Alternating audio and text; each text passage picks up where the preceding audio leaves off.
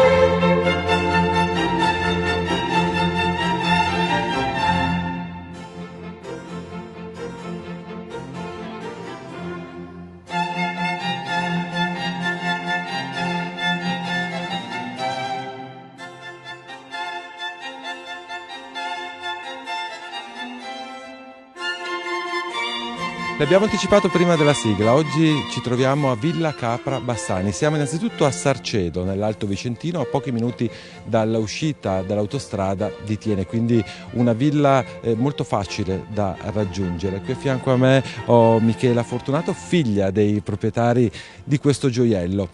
Come intento, Michela, devi sapere che quando siamo partiti con Viaggiando Viaggiando 8 anni fa, il nostro slogan, quello che è sempre stato, scopriamo i gioielli vicini a casa nostra, perché molto spesso non si sa di avere delle meraviglie come queste proprio a pochi chilometri o comunque molto vicini. Vogliamo parlare un punto di questa villa, un po' dell'origine della storia, una storia molto importante. Sì, allora ci troviamo a Villa Capra Bassani, sempre stata attribuita al conte Orazio Claudio Capra, però diciamo che questo non è vero. Probabilmente si è partiti dal fatto che esiste un quadro del conte Orazio Claudio Capra che è presente al Castello Colleoni di Thiene nella Sala Azzurra, dove viene rappresentato il conte con il progetto della villa in mano ed un compasso. Quindi si è pensato che l'autore della villa fosse lo stesso conte. Anche il fatto che egli stesso si fosse messo l'effigie del suo nome nel timpano appunto della facciata della villa ha fatto sempre pensare a questo. Infatti anche il grande professor Cevese nei suoi manoscritti ha sempre definito lui come autore della villa. Però, come ho detto, questo non è vero, anche perché abbiamo fatto una ricerca storica grazie all'aiuto del conte Clemente di Thiene del Castello Colleoni, dove è presente un archivio storico importantissimo per la nostra zona. Siamo risaliti a delle mappe datate del 1632, dove si può vedere la presenza di un edificio all'interno di questo giardino. L'edificio non ha la struttura della villa com'è attualmente, ma è rappresentata da un palazzo con un giardino. Successivamente sono state trovate delle altre mappe con una data successiva di circa 100 anni e quindi arriviamo all'incirca alla prima metà del 1700. Questa mappa che è stata ritrovata poi è stata studiata e sicuramente si tratta di una mappa dell'architetto Muttoni. In questa mappa viene rappresentata la presenza appunto di questo palazzo con una scala asimmetrica di fronte a una facciata. Poi la presenza del giardino. Quindi possiamo dire che il giardino è del Muttoni? Possiamo dare un'attribuzione al giardino? Allora, ed è proprio grazie a questa mappa che noi adesso possiamo dare l'attribuzione di questo giardino al Muttoni.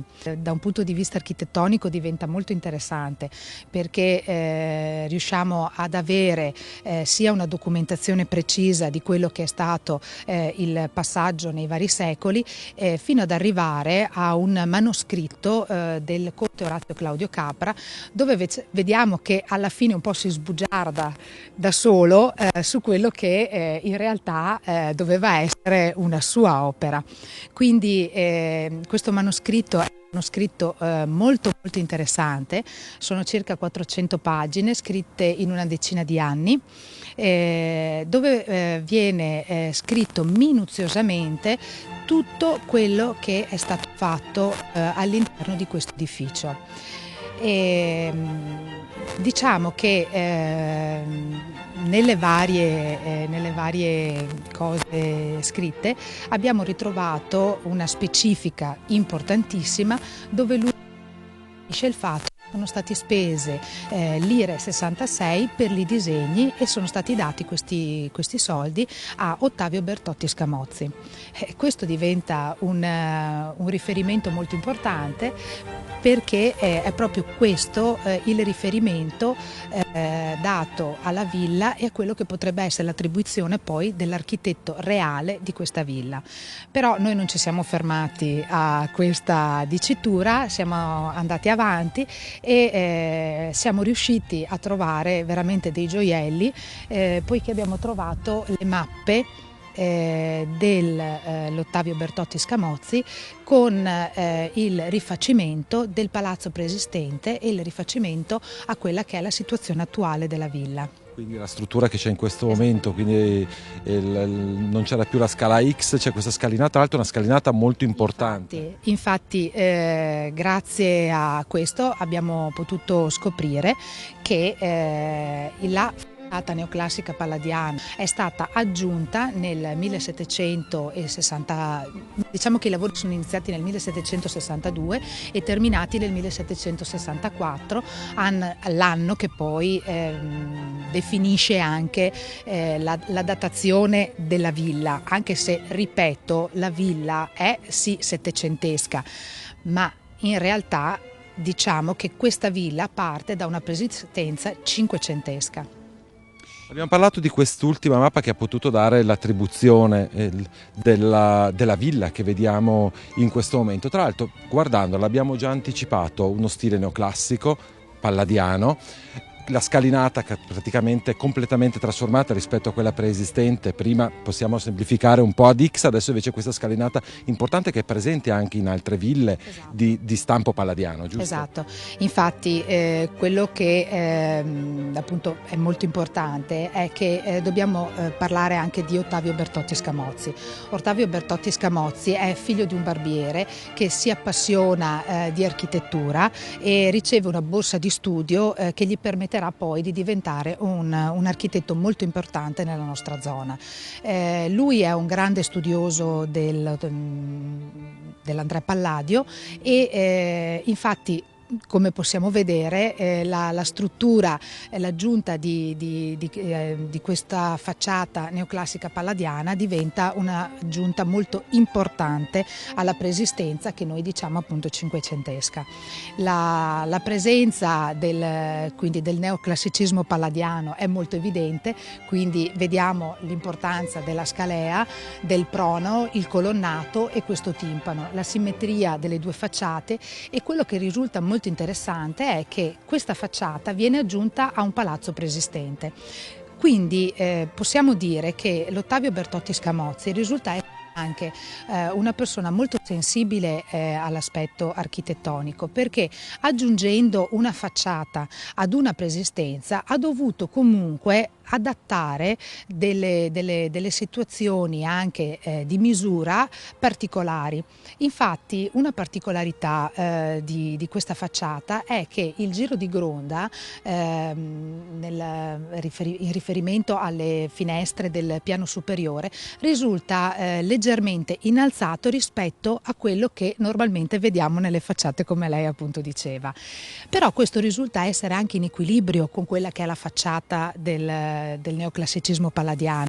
Quindi lui, con un piccolo accorgimento, riesce a dare un'armonia meravigliosa alla facciata aggiunta. Io considero questi grandi, posso definirli artisti, di grande sensibilità, veramente dei luminari per il tempo, e che tra l'altro sono riusciti a rappresentare il nostro territorio veramente in tutto il mondo, anche con una sensibilità e con un'attenzione ai minimi particolari che è stata la loro arma vincente. Assolutamente sì. Questa villa ha una mappa un po' particolare. La pianta della villa, a differenza di molte altre ville che presentano la facciata neoclassica palladiana, attraverso la loggia, o quello che viene definito il pronao, generalmente si entra nel salone principale. In questo caso invece noi non entriamo nel salone principale, ma entriamo in un corridoio detto vestibolo e successivamente nel salone principale. Michela, io ti fermo qui perché adesso noi abbiamo fatto una parte un po' particolare rispetto al solito di Viaggiando. Mi ha fatto una bella introduzione, ma era doveroso per raccontare proprio la storia di questa villa. Noi andiamo in pubblicità, fra pochi istanti ci vediamo nuovamente e raccontiamo la villa dall'ingresso per vedere appunto tutte le particolarità, le peculiarità di questo gioiello che si trova in provincia di Vicenza. A tra pochissimo vi aspetto.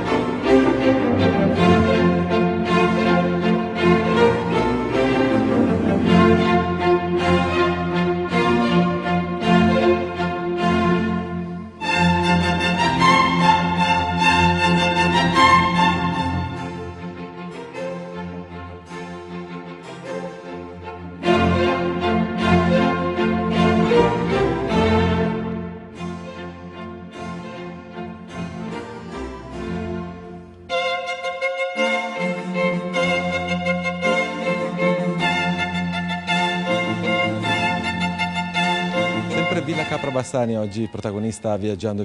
Ben trovate tutti i nostri amici viaggiatori, sempre con Michela Fortunato, figlia dei proprietari di questo gioiello che, ricordo, si trova nell'Alto Vicentino, a pochi minuti proprio dall'uscita autostradale della Valdastico di Tiene. Ci troviamo nella loggia. Diciamo già che come ambientazione una loggia è la meraviglia del pensiero palladiano. Anche in una giornata così autunnale si sta d'incanto. Infatti la loggia in questo momento diventa un ambiente riscaldato di quello che può essere questa facciata neoclassica palladiana. Infatti diciamo che le logge erano anche vissute come luoghi che sono all'interno, però hanno una visione all'esterno, quindi lo spettacolo da qui è veramente fantastico.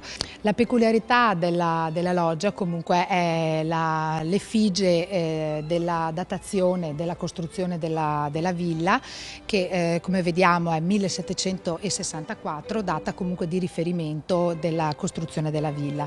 E poi un'altra cosa importante è l'effigie poi del conte Orazio Claudio Capra, che sinceramente diciamo che è rappresentato come un giovanotto, però in realtà diciamo che comunque in quel periodo aveva già un'età avanzata, però probabilmente era un personaggio anche particolare, ha preferito mettersi come un baldo giovane architetto piuttosto che rappresentarsi per l'età, che probabilmente il lifting non era chimico a quei tempi, ma diventava architettonico.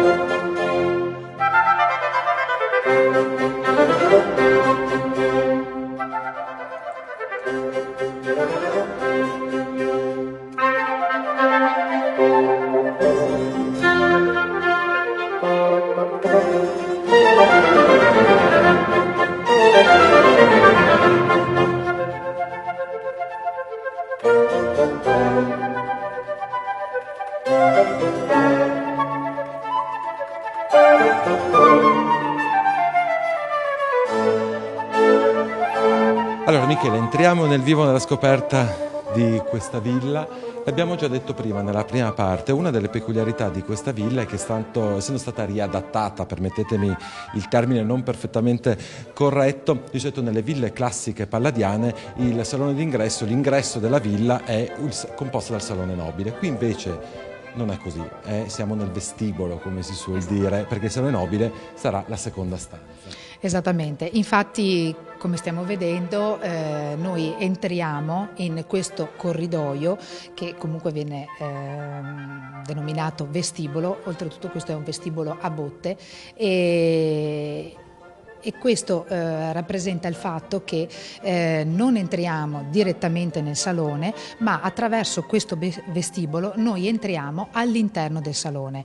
La particolarità di questa villa è proprio la disposizione del salone. Il salone, a differenza di tutti gli altri saloni nelle ville neoclassiche palladiane, risulta essere perpendicolare rispetto all'asse del pronao. Infatti ha una struttura a T, quindi non abbiamo un salone che è direttamente collegato con la loggia, ma abbiamo un passaggio che è rappresentato da questo vestibolo per poi entrare nel salone principale. Diciamo che è un ingresso, come hai detto tu prima, un corridoio comunque molto particolare, vediamo un soffitto a botte, cioè un salone comunque un corridoio, ci tengo a sottolineare, veramente molto particolare e molto curato, ma entriamo nel salone delle feste, come si suol dire. Bello imponente anche questo. Importante. Come puoi vedere il salone è un salone importante, è un salone che nasce appunto da un riadattamento. La cosa importante che noi vediamo è che innanzitutto è un salone molto luminoso, gli affreschi non sono sulle pareti ma sono principalmente collocati sul soffitto e si tratta di affreschi monocromi. Diciamo che queste sono le particolarità un po' di quello che è il periodo del neoclassicismo palladiano. Possiamo dire che è stato realizzato un lavoro di ottimizzazione degli spazi e di recupero degli spazi pazzesco. Infatti la bellezza e la professionalità anche di questo architetto è stato proprio quello di utilizzare gli spazi già preesistenti.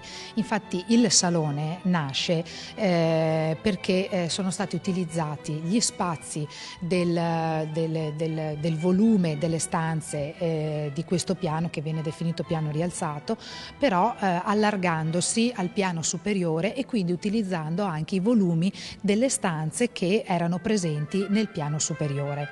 Infatti è grazie all'utilizzo di queste volumetrie che il Ottavio Bertotti Scamozzi riesce a dare spazio alla presenza di questo salone.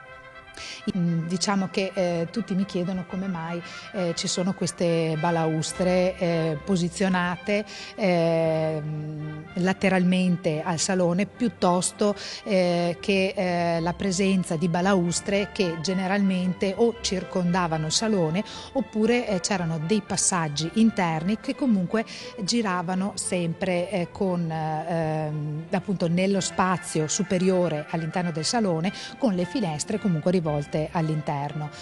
Queste balaustre abbiamo capito perché nascono semplicemente perché c'era la necessità di collegare le stanze che risultavano a nord della villa con le stanze che risultavano invece nella facciata a sud della villa.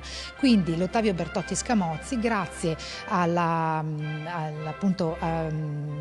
costruzione di queste balaustre, permette di creare un collegamento tra le stanze a nord e le stanze a sud, però facendolo in maniera meticolosa, in maniera armonica e quindi risultando molto belle all'interno del salone stesso. Assolutamente diventa una cosa di utilità, se così possiamo dirlo, diventa una parte decorativa e fondamentale, possiamo dire, di questo salone, perché penso sia proprio una delle caratteristiche che colpiscono immediatamente chi entra in questo salone. Naturalmente il pavimento È una veneziana settecentesca originale e le veneziane del Settecento sono delle veneziane costruite in calce. Quindi possiamo dire un pavimento abbastanza delicato. Comunque io voglio fare i complimenti veramente a te e comunque anche alla tua famiglia, visto che ci tieni a sottolineare che i proprietari sono i tuoi genitori, per lo stato con cui è conservata, nel quale è conservata questa villa, che è veramente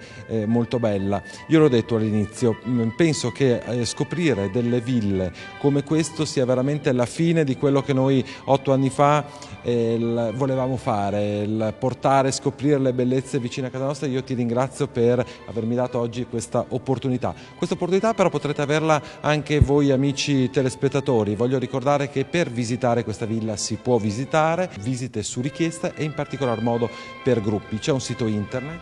Sì, il sito internet è villacaprabassani.it. Che quindi è molto semplice, comunque lo vedrete anche in sovraimpressione. Sì, vogliamo ricordare che comunque questa villa è utilizzata anche per degli scopi commerciali, quindi per manifestazioni, per concerti, per eventi e anche naturalmente per matrimoni. Assolutamente sì, infatti noi proprietari ci stiamo impegnando appunto ad aprire questi beni monumentali per questo tipo di manifestazioni. Le manifestazioni principalmente nella nostra zona sono comunque i matrimoni, anche se la villa si presta meravigliosamente anche ai servizi fotografici e poi ai concerti. Sì, perché mi dicevi che questa villa ha questa sala in modo particolare ha una acustica veramente molto bella per i matrimoni. Vogliamo ricordare l'ultima volta il sito, perché così abbiamo dato tempo ai nostri telespettatori che hanno preso carta e penna per avere tutte le informazioni, naturalmente. Il sito internet è www.villacaprabassani.it. Grazie ancora, grazie naturalmente a tutti i nostri telespettatori che ci hanno seguito con attenzione anche in questa puntata. Voglio ricordare che se volete rivedere questa oppure le puntate precedenti è a disposizione il nostro canale su YouTube, che è Telechiara Produzioni. In qualsiasi motore di ricerca digitate o il nome del programma, quindi Viaggiando oppure il nome e cognome sottoscritto, quindi Piero Brazzale. Altra informazione, già da qualche mese è disponibile anche la nostra pagina su Facebook, quindi Viaggiando, diventate nostri fans, potremo avere un dialogo diretto, magari potete darci anche dei suggerimenti e magari richiederci anche delle informazioni. Naturalmente anche da lì potrete rivedere tutte le puntate di Viaggiando. Grazie ancora, grazie a tutti voi, l'appuntamento fra 7 giorni, stessa ora, stessa rete e come di consueto viaggiate assieme a noi.